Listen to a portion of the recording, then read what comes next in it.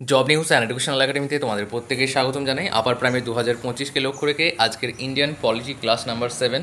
তোমরা যারা 1 থেকে 6 পর্যন্ত দেখোনি অবশ্যই দেখে নিও। আজকে আলোচনা করব ভারতীয় সংবিধানের গুরুত্বপূর্ণ কিছু অধ্যায় নিয়ে। তোমরা যারা আমাদের চ্যানেলটাকে এখন মধ্যে সাবস্ক্রাইব করোনি অবশ্যই সাবস্ক্রাইব করে আমাদের সঙ্গে যুক্ত হয়ে যাও এবং অবশ্যই টেলিগ্রামে যুক্ত হয়ে যাও। আর একটা গুরুত্বপূর্ণ তথ্য হচ্ছে আমাদের চ্যানেলের পক্ষ হতে লেখা সমাজবিজ্ঞানের বইগুলো তুমি যদি নিতে চাও তাহলে এখন অফার রয়েছে 1200 টাকার মধ্যে 3টে বই তুমি পেয়ে যাবে। আজকে যে বিষয়বস্তু নিয়ে আলোচনা করছি এগুলো পুরোপুরি আমাদের বই থেকেই নেওয়া হয়েছে। ভারতীয় সংবিধানের গুরুত্বপূর্ণ অধ্যায়সমূহ পার্টস অব দ্য কনস্টিটিউশনস। মোট অধ্যায় এখানে দেওয়া আছে। মূল সংবিধানে 22টি পার্ট রয়েছে অর্থাৎ অধ্যায় রয়েছে এবং বর্তমানে 25টি অধ্যায় রয়েছে। অনেক বইয়ে 22 বা 24 বলা হয়, তবে 25টি পর্যন্ত সম্প্রসারিত হয়েছে সাম্প্রতিক সংশোধনী অনুযায়ী। তারপরে তো গুরুত্বপূর্ণ অধ্যায়সমূহ সংক্ষেপে, যেহেতু ক্লাসে সেরকম লাইক পাচ্ছে না তাই ক্লাসগুলো আমি সংক্ষিপ্ত করছি। যদি বেশি লাইক এবং কমেন্ট আসে তাহলে কিন্তু ক্লাসগুলোকে আমি অনেক বেশি বড় করব। তাই গুরুত্বপূর্ণ অধ্যায়সমূহ দেখে নাও, একদম সহজভাবে এবং সুন্দরভাবে গুছিয়ে লেখা হয়েছে। এখানে অধ্যায় দেওয়া আছে, এখানে বিষয়বস্তু এবং গুরুত্বপূর্ণ তথ্য দেওয়া আছে। পার্ট 1-এ কী দেওয়া আছে? ইউনিয়ন ও তার ভূখণ্ড। গুরুত্বপূর্ণ তথ্য যেটা দেওয়া আছে, ভারতের ইউনিয়ন গঠন, রাজ্য ও কেন্দ্রশাসিত অঞ্চল, এই বিষয় নিয়ে পার্ট 1-এ আলোচনা হয়েছে। পার্ট 2-তে কী আলোচনা হয়েছে? নাগরিকত্ব নিয়ে, কে ভারতের নাগরিক হবেন তা নির্ধারণ করে পার্ট 2-তে। পার্ট 3-তে কী নির্ধারণ হয়? মৌলিক অধিকার, সংবিধানের প্রাণ। এই যে পার্ট 3, এখানে কি আলোচনা হয় বিষয়বস্তু, সেটা হচ্ছে মৌলিক অধিকার, সংবিধানের প্রাণ। এখানে গুরুত্বপূর্ণ তথ্য হচ্ছে 6টি মৌলিক অধিকার বর্ণিত হয়েছে।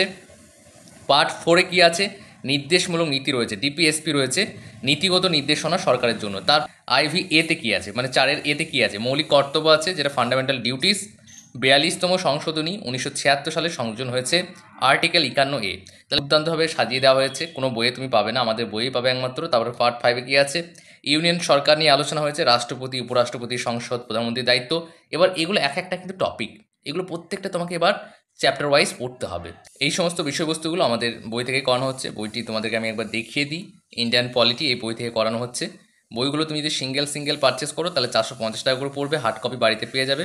আর তুমি যদি 3টে বই একসঙ্গে পারচেস করো, যেমন এখানে রয়েছে ইতিহাসের বই এবং এদিকে রয়েছে তোমার ভূগোলের বইটা, একবার দেখিয়ে দিই ভূগোলের বই, তাহলে কিন্তু 3টে বই তুমি 1200 টাকার মধ্যে পেয়ে যাবে। 1200 টাকার মধ্যে পেয়ে যাবে। এখানে তুমি যে নাম্বারটা দেখতে পাচ্ছ এই নাম্বারে তুমি ফোনপে করে এই নাম্বারে হোয়াটসঅ্যাপে স্ক্রিনশট দিয়ে নিজের নাম ঠিকানা লিখে দাও, ম্যাক্সিমাম 12 থেকে 13 দিনের মধ্যে বাড়িতে পেয়ে যাবে। তারপরের যে বিষয়বস্তু সেটা দেখিয়ে দিচ্ছি। বইগুলো তুমি হার্ড কপি পেয়ে এরকম পেয়ে যাবে, A4 সাইজের। তারপর দেখো অন্যান্য গুরুত্বপূর্ণ অধ্যায়।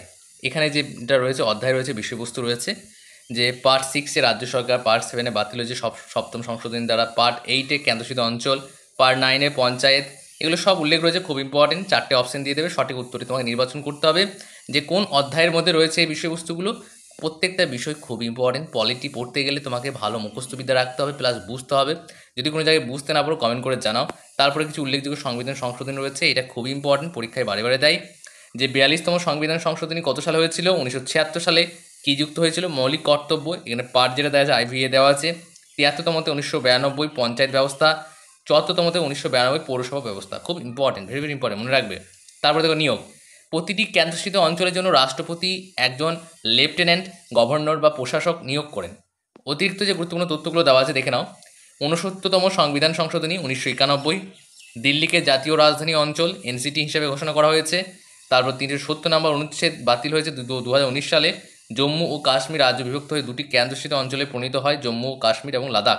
দাদরা ও নগর হাভেলি এবং দমন দিউ একীকরণ 2020 সালে। দুটি আলাদা কেন্দ্রশাসিত অঞ্চল একত্রিত হয়ে একটি অঞ্চল হয়। এগুলো মনে রাখবে তুমি, খুব ইম্পর্টেন্ট প্রশ্ন, এগুলো ইম্পর্টেন্ট প্রশ্ন। তারপর রাজ্যের পুনর্গঠন ও গুরুত্বপূর্ণ কমিটি। ধর কমিটি নিযুক্তকারী হচ্ছে গণপরিষদ। অধিকার ও দায়িত্ব দেখে নাও, কি বলা হয়েছে? ভাষার ভিত্তিতে রাজ্য পুনর্গঠনের যুক্তি খতিয়ে দেখা।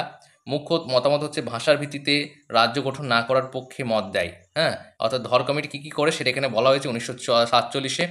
তারপর এটি পরে VP কমিটি গঠনের পথ তৈরি করে। তারপরে ফজল আলী কমিশন, যেটা কার্যকাল হচ্ছে তোমার 1953 সালে গঠিত হয়েছিল, 3 সদস্য বিশিষ্ট। উদ্দেশ্য হচ্ছে ভাষার ভিত্তিতে রাজ্যের পুনর্গঠন করা। প্রেক্ষাপট হচ্ছে অন্ধ্রপ্রদেশ গঠন 1953 সালের অক্টোবরে। এটি ভারতের প্রথম ভাষাভিত্তিক রাজ্য। ভেরি ভেরি ইম্পর্টেন্ট, দেখবে আপারের পরীক্ষায় আসতে পারে। যেটা ভেরি ভেরি ইম্পর্টেন্ট বলছি সেটা অবশ্যই নোট করবে। তারপর মূল সুপারিশ, ভাষার ভিত্তিক রাজ্য গঠন করা যেতে পারে ফজল আলী কমিশন অনুযায়ী। দেখো রাজ্য পুনর্গঠনের গুরুত্বপূর্ণ বছর ও তথ্য, সাল দেওয়া আছে, ঘটনাবলী দেওয়া আছে।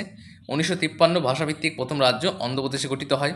1956-তে 14টি রাজ্য, 6টি কেন্দ্রশাসিত অঞ্চল গঠিত হয়। 1963-তে নাগাল্যান্ড রাজ্য গঠিত হয়। 1970-তে হিমাচল প্রদেশ রাজ্যের মর্যাদা লাভ করে পূর্ব কেন্দ্রশাসিত অঞ্চল ছিল। 1971-তে ত্রিপুরা, মণিপুর এবং মেঘালয় রাজ্যের স্বীকৃতি পায়। দেখো কত মুখস্থ করতে হচ্ছে, তুমি বুঝতে পারছো। তুমি যদি বাজারের বইগুলো পড়ো তাহলে কিন্তু তুমি এত বুঝতে পারবে না, কারণ বাজারের বইগুলো যেটা রয়েছে অনেক দেওয়া আছে, ব্যাখ্যা করা আছে, কিন্তু এত প্রয়োজন নেই আপারের জন্য। আপার প্রাইমারির জন্য এত বেশি প্রয়োজন নেই। আপার প্রাইমারির জন্য আমাদের এই বইগুলো যথেষ্ট। সাজেস্টিভ বই রয়েছে, কোনগুলো পড়তে হবে না পড়তে হবে খুব সুন্দরভাবে সাজিয়ে গুছিয়ে পরপর দেওয়া হয়েছে, একটার সঙ্গে একটা যুক্ত রয়েছে। কোনো সমস্যা তোমাদের হবে না। এই বইগুলো পড়বে, তার সঙ্গে বেশি বেশি প্র্যাকটিস সেট করবে, তাহলে কিন্তু সমাজবিজ্ঞানের যথেষ্ট, এর বাইরে কিছু আসবে না। এবার দেখে নাও কী বলা হয়েছে। 1987-তে গোয়া রাজ্য হিসেবে গঠিত হয়। 2000 ছত্তিশগড়, 2000-এ কী হয়েছিল, 2000-এ ছত্তিশগড়, ঝাড়খণ্ড, উত্তরাখণ্ড তৎকালীন উত্তরাঞ্চল নতুন রাজ্য হিসেবে গঠিত হয়। 2014 সালে তেলেঙ্গানা ভারতের 29তম রাজ্য হিসেবে গঠিত হয়। তারপর 2020-তে দাদরা ও নগর হাভেলি, দমন দিউ একত্রিত হয়ে একক কেন্দ্রশাসিত অঞ্চল হয়, নতুন রাজধানী দমন। মনে রাখবে, নতুন রাজধানী দমন। বেশ, তাহলে আজকে এই পর্যন্তই। তোমাদের যদি বেশি বেশি লাইক পাই, কমেন্ট পাই, তাহলে অবশ্যই ক্লাসগুলোর সেটা কিন্তু বাড়ানো হবে।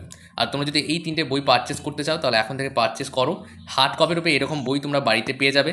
এটা পলিটি রয়েছে, জিওগ্রাফি রয়েছে, হিস্টোরি রয়েছে, এছাড়া আমাদের সিডিপি, বেঙ্গলি এবং ইংলিশ এর ওপর কাজ চলছে। তোমাদের কোনো সমস্যা হবে না যদি তোমরা পারচেস করো এবং ভালোভাবে যদি পড়ো। তাহলে সমাজবিজ্ঞানের 60টি নাম্বার রয়েছে, এই 60টি নাম্বারের জন্য এই 3টে বই যথেষ্ট। তার সঙ্গে তুমি প্র্যাকটিস সেট করবে, তাহলে হবে। প্র্যাকটিস সেট আমরা কিন্তু নিয়ে আসবো, প্র্যাকটিস সেটগুলো দেখবে, খুব সুন্দর প্র্যাকটিস সেট। আমাদের বইয়ের সঙ্গে বাজারের বইয়ে কোনো মিল তোমরা পাবে না, কারণ এগুলো আমাদের পুরোপুরি নিজস্ব তৈরি, সাজেস্টিভ তৈরি। আমাদেরকেও খুব ভালোভাবে দেখতে হয়েছে কোনগুলো আসবে না আসবে, স্পেশালি আপার প্রাইমারির জন্যই তৈরি হয়েছে এটা।